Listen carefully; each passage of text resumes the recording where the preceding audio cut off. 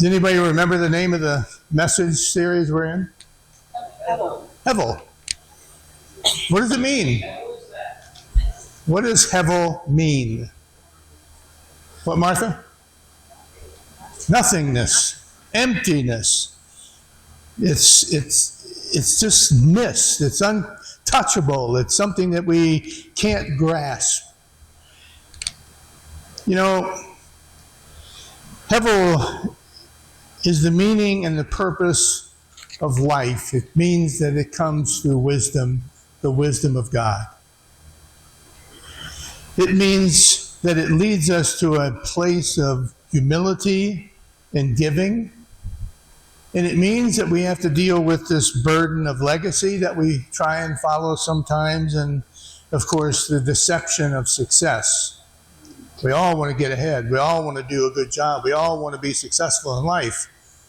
But Solomon, as he was the wisest and probably one of the richest people that ever lived, he tried it all, man. And what did he say? It's all Hevel. It's meaningless. Doesn't end up anywhere.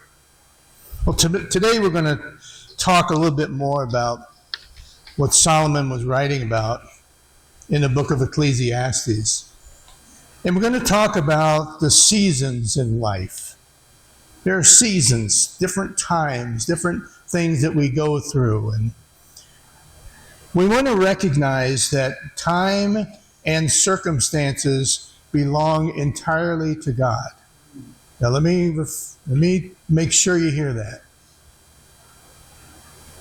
Time and circumstances all belong to God. And we need to accept that life includes seasons of weeping and seasons of tearing things down. That's kind of the way it works.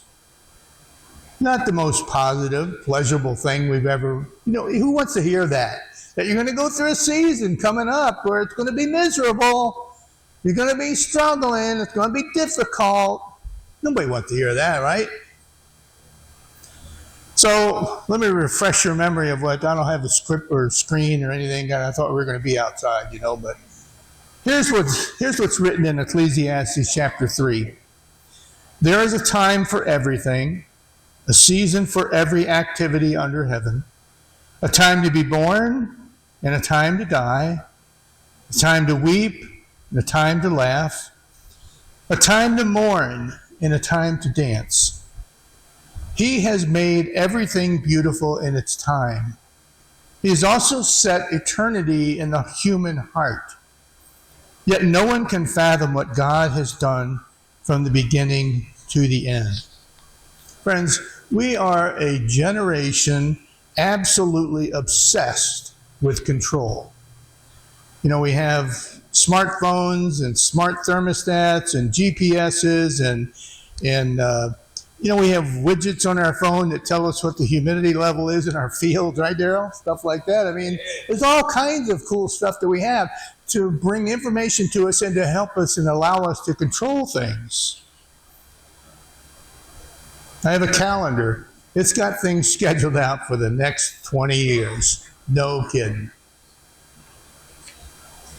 We operate under this delusion that if we only plan things perfectly, we can avoid turmoil and discomfort in life. If we just plan things correctly. That doesn't always work. What happens? All of a sudden you get this sudden diagnosis of something that was unexpected, or maybe you have a child that walks away from the faith. Maybe you're a parent and you've poured your heart and soul into your kids, and they get of age and they start going their own way, which is great. But then you want them to be in church, you want them to follow the Christian faith where you brought them, and they're like, no, it's not for me right now. You ever been there? Have you ever experienced that? Maybe it was a email you got one day, and it was a layoff email. Thanks for your service. And these things happen, and suddenly our illusion of control is absolutely shattered. Ecclesiastes, especially chapter 3, it kind of steps into the chaos of our life. And it reminds us that life is not this straight line that goes, of constant progress.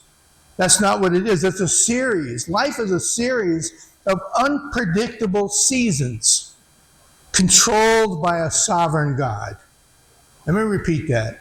Life is a series of seasons that are unpredictable, but they're all under God's control, no matter how difficult they are, no matter how disappointing it is, no matter how deep it drives you to tears.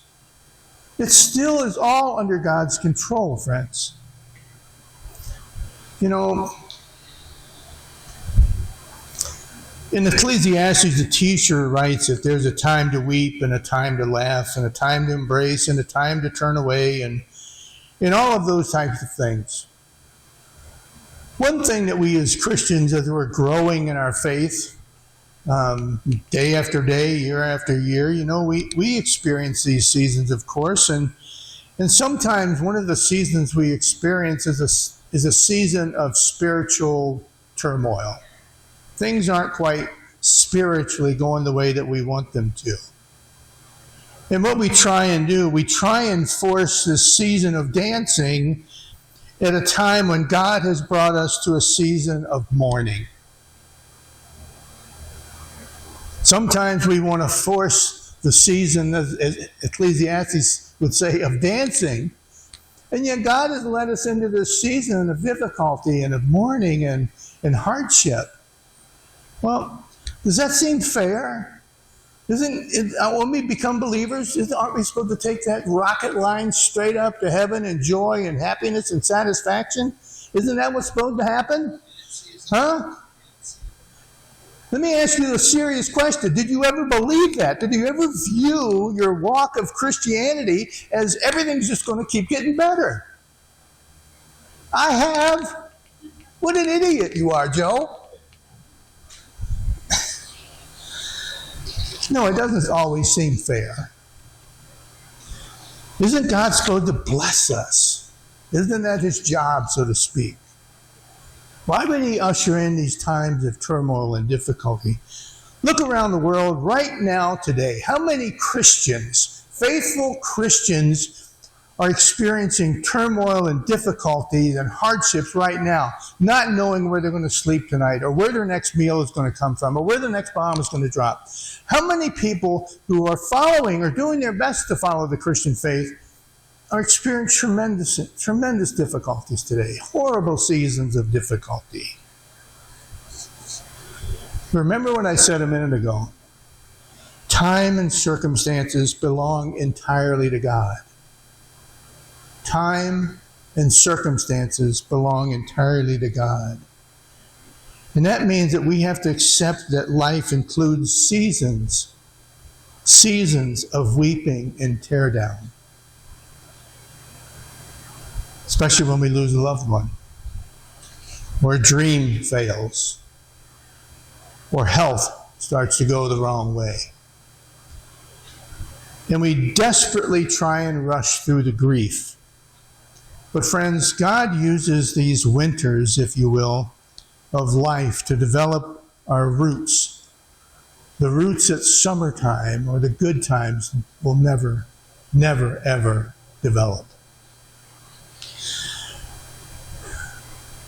I've always said, and I probably said it here before, agriculture and farming and all those things honestly are fascinating to me, but I know nothing about them. I don't know. It just seems so fascinating to me the way you do what you got to do every season of the year, and the stuff starts growing, and when to get out the stuff to harvest, and all that stuff is kind of a mystery to me. So I wanted to plant some vines.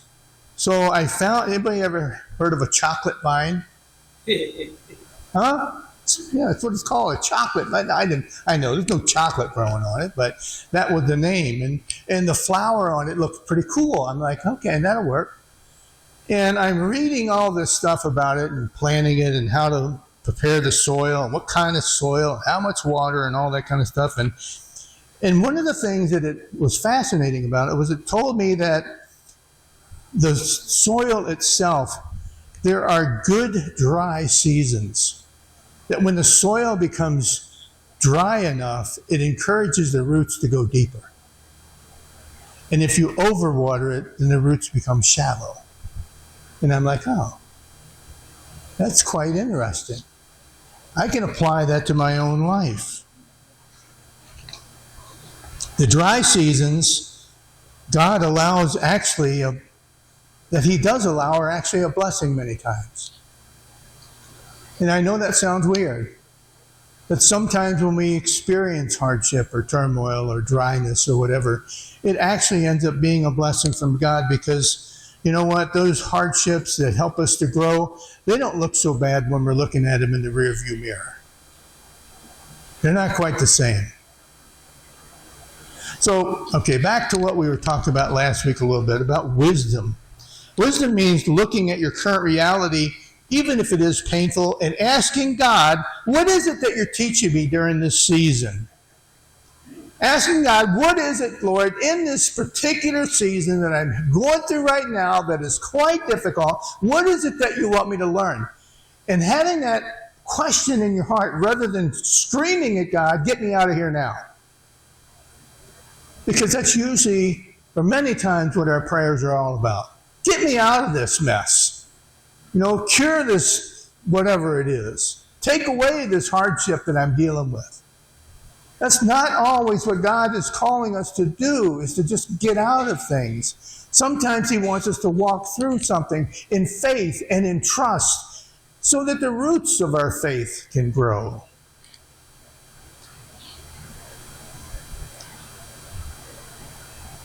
In Ecclesiastes chapter 3, verse 11, is one of the most beautiful verses in all of Scripture, I think. He has set eternity into the human heart. He has set eternity into the heart of human beings. It's that, I guess it's that emptiness that sometimes we experience where no vacation seems long enough sometimes because it's just not quite enough.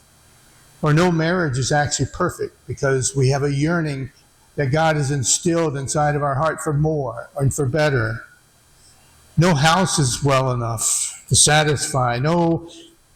It's all built into our heart to want something more. And many times we're trying to satisfy this eternal longing in our heart with a temporary world. A world that's, and trying to fill it from the world is like trying to fill the ocean with a thimble or a bucket. We got to stop asking this world to provide what only God and the kingdom of heaven can provide. Friends, you won't get it all here. If there's something that goes all through the Old Testament and the New Testament, it's perfectly clear. You won't experience the complete fullness of life that God has in store for each one of his children. You won't experience it here. It's to come. When I was in college, I remember taking a class in photography. And one of our assignments was we were playing with different lenses and so forth. And one particular lens you would use to do really close-up work, like on a leaf or a little teeny bug or something like that, And another lens was you would use like if you're taking a panorama of a mountain range or something. But many times we use the wrong lens in life. We use the lens when we're looking at little bugs and we try and look at everything, and all we see is a blurry mess. It's all we see, the blurry mess. We only see the bad news. We don't see the whole picture of what God is doing. And he is doing something. And you can be pretty much guaranteed that you won't quite understand completely all that he is doing in your life. Today, there will be a day when we'll look back and say, oh, thank you for doing all that. Thanks for putting up with me through all of that, my kicking and screaming the whole way. But God, his plan is so vast for each one of us. It's incomprehensible for us. So we look at things and we say, why? Why are you doing this to me? Why have you abandoned me? He hasn't done any of that. He's simply saying, trust me and be patient with me because I see the whole picture. Anybody here ever been to a parade? Yeah. So you stand on the street corner and you stand there waiting for the parade to come by, right? And what is it that you see? You see the stuff that is right in front of you, and there it goes.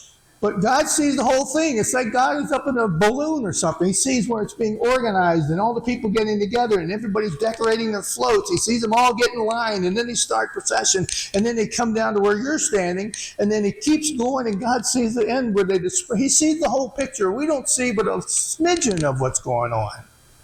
A teeny weeny, as my mom would say, an itsy bitsy teeny weeny part of what God is doing in our life. And it ultimately brings us back to the question, do you trust me, he says. Do you trust me even though it makes no sense sometimes? You know, friends, we can carry the difficult weights of life, but God says to us, never will I leave you or abandon you. I will be there with you. I will walk with you. Talk to him. Trust in him. Believe in him, even if it's hard. And we all know in this room, life is hard. It really is. Yeah, we laugh and smile sometimes and everything's great, but overall, life is very difficult. The book of Ecclesiastes, one of the overall themes that Solomon is saying through the whole book is, you know what? You can stop playing God right now. You can stop playing God in your life. You can stop trying to control everything. You can stop trying to plan everything. Yes, God does give us intellect and wisdom, and he wants us to do good things and to plan things as best we can, always trusting in him, always yielding to his plan for us overall. But he wants us to do our best, but he also says, you're not God. You are not God. Let me be God. You follow me. Anybody here ever watched that show Family Feud? Huh? How many of you watched it recently? Steve Harvey, right? Do you know his story? Steve Harvey went through those seasons of life. And he struggled, and he struggled, and he struggled. At one point in his life, he was homeless, and he lived in a 1976 Ford Tempo. Now, that's one of the ugliest cars they ever made, but still. He lived in his 76 Ford Pinto for 3 years. 3 years. But he says, and he'll tell you, that he did his absolute best to stay faithful to God and to trust in what God was allowing. And he made this promise to God repeatedly. He said, Lord, if you will get me out of this, and if you will help me to be something better than living out of my car here, he says, I'll tell everybody in the world that it was all you. And I'll tell them to the best of my ability all about you. And that's what he does. Yes, he's a game show host, and he's been a comedian and all these things, but the majority of what he does is to promote God and the faithfulness of Christ. 76 Ford Pinto, or Tempo. Anybody ever have one? Good.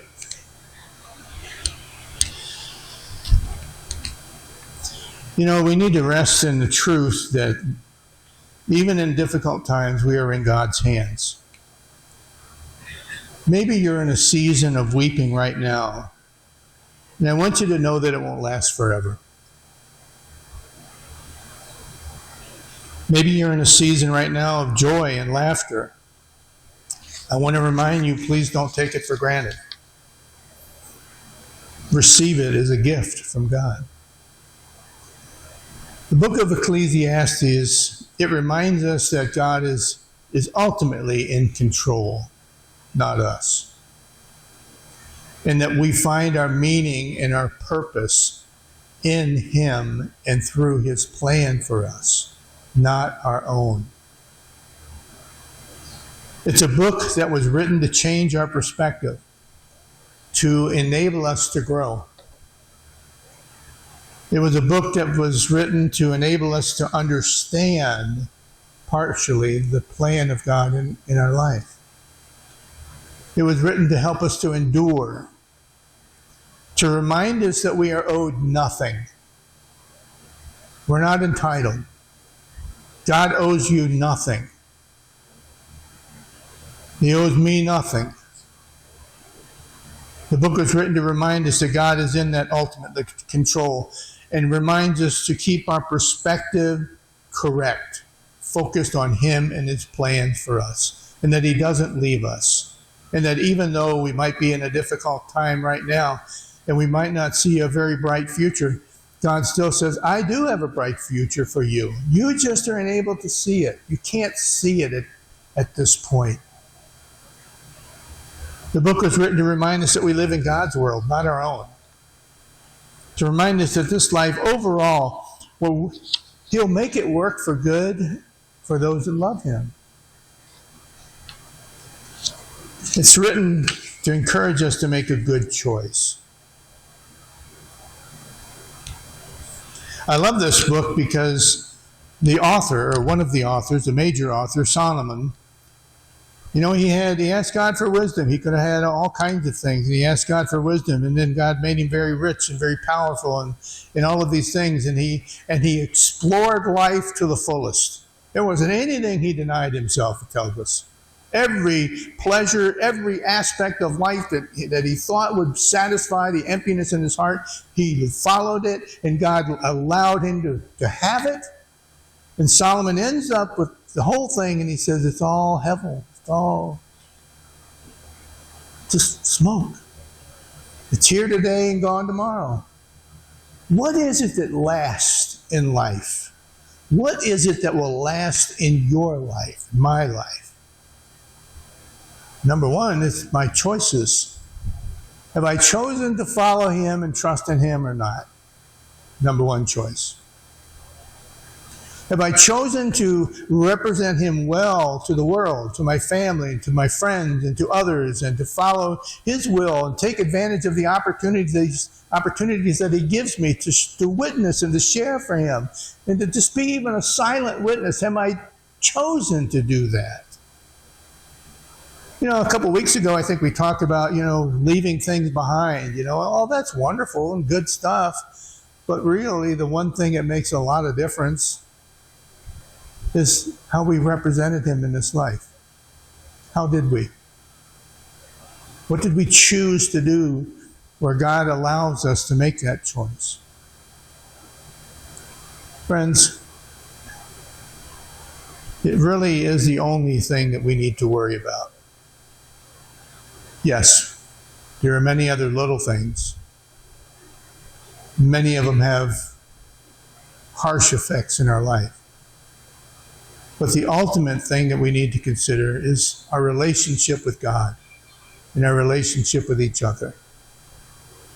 Think about it.